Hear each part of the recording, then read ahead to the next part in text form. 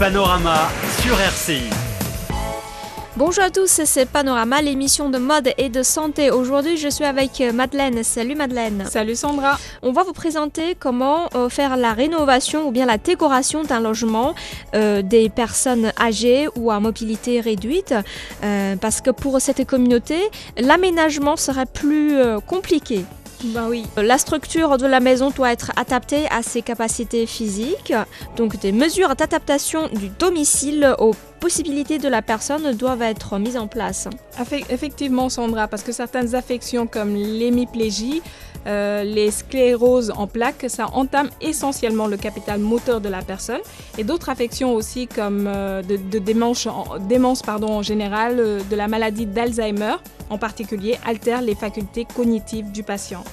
Dans les deux cas, en tout cas, des mesures d'adaptation du domicile aux possibilités de la personne doivent être mises en place afin d'éviter ou de retarder son entrée en institution ou en résidence pour seniors. Donc il y a beaucoup de détails à faire attention lorsqu'on va rénover un logement de ces personnes. Exact. Et donc pour les handicaps moteurs, il va falloir enlever les tapis, les carpettes, les paillassons pour minimiser le risque de chute. Pour la même raison, retirer le mobilier inutile, donc sauf si le patient a pris l'habitude de se tenir à tel ou tel meuble pour avancer. Et ces mesures faciliteront également la progression d'un fauteuil roulant dans l'habitat. Et je pense que c'est nécessaire de mettre des barres de maintien le long des murs. Il le faut pour que la personne puisse se maintenir le long des murs et dans les toilettes aussi et dans la salle de bain pour se redresser dans la baignoire ou de la cuvette des toilettes. Et en parlant de la salle de bain, ça exige beaucoup de détails pour simpliciter la vie de ces personnes. On peut installer un siège de baignoire ou si possible une douche dont l'écoulement se fait directement par le sol de la salle de bain. Et l'accès aux baignoires et aux bacs de douche aussi est souvent difficile, voire impossible malheureusement pour ces personnes. Donc il va falloir penser à tous ces détails-là pour pouvoir aider la personne à prendre sa douche convenablement. Pour les toilettes aussi. Là aussi, on peut surélever la cuvette des WC par un siège rehausseur ou adopter une chaise percée si la personne ne peut pas se déplacer facilement. Et aussi, par ailleurs, Sandra, on peut adopter une literie basse ou un lit médicalisé à hauteur variable avec barrière. Et encore louer ou bien acheter aujourd'hui le matériel facilitant la déambulation du patient. Par exemple, des cannes simples, cannes tripodes, déambulateurs fixes ou à roulettes. Le choix en tout cas du matériel doit tenir Sandra compte des capacités de la personne à son domicile et non à l'hôpital et être fait en concertation avec le médecin et le kinésithérapeute. Et le fauteuil roulant, c'est vraiment un matériel indispensable pour ces personnes. Et donc, comment choisir un fauteuil roulant adapté ?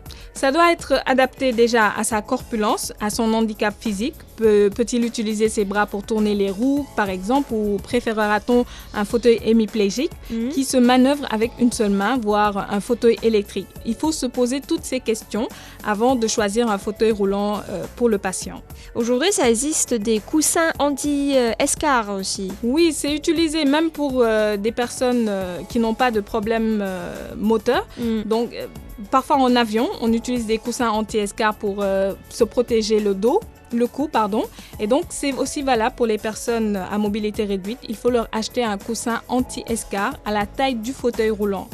Il faut aussi penser aux instruments qui peuvent faciliter les gestes quotidiens du patient. Oui, on les appelle les instruments d'ergothérapie. Donc, ça facilite les gestes au quotidien du patient. Set de table antidérapant pour éviter la chute du verre d'eau pendant le repas. Des couverts à long manche si mobilité des bras est réduite. On peut mettre des veilleuses de nuit aussi, Sandra, pour éviter les chutes nocturnes.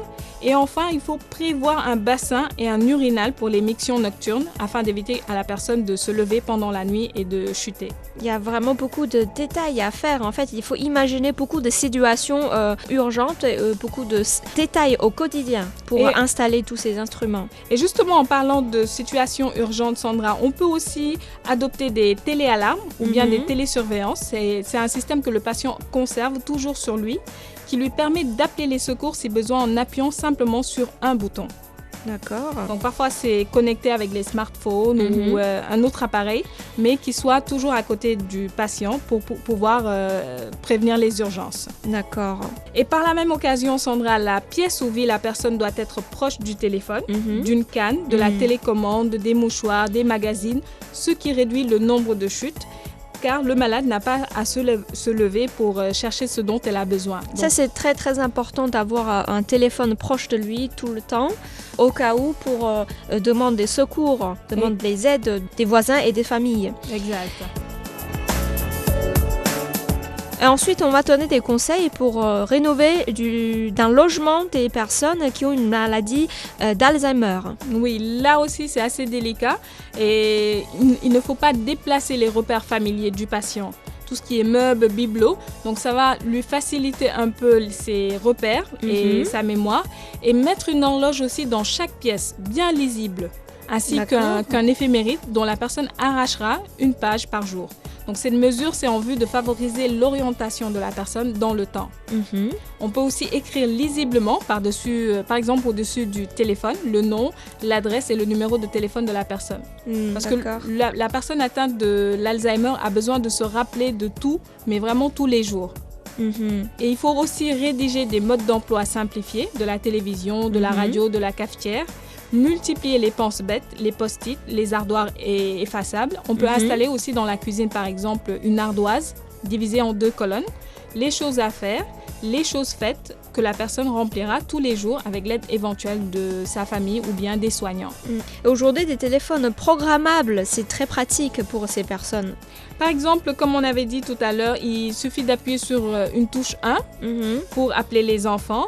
Touche 2 pour l'aide-soignant, touche 3 pour le voisin, etc. On fait une programmation avec le téléphone pour faciliter la personne parce qu'on sait qu'elle ne peut pas se souvenir automatiquement des numéros de téléphone de tout un chacun.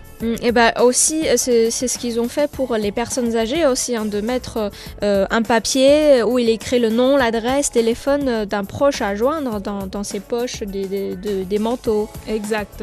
Et il faudra penser, Sandra, aux éventuels accident au niveau de l'appartement ou du villa, il faut faire couper l'arrivée de gaz de ville. Donc mieux vaut utiliser des micro-ondes simples pour réchauffer les plats cuisinés. Acheter dans le commerce, ça minimise les risques d'explosion ou bien d'incendie. Et aussi les prises électriques aussi. Là, on peut les condamner. Si ce n'est pas utilisé, on peut tous les condamner. Et les fenêtres aussi. Là aussi, pour éviter les risques de défenestration par erreur, car la personne confond porte et fenêtre le plus souvent, il faut condamner les fenêtres ou bien limiter l'ouverture. D'accord. Et pour niveau sécurité aussi, il faut bien équiper la porte.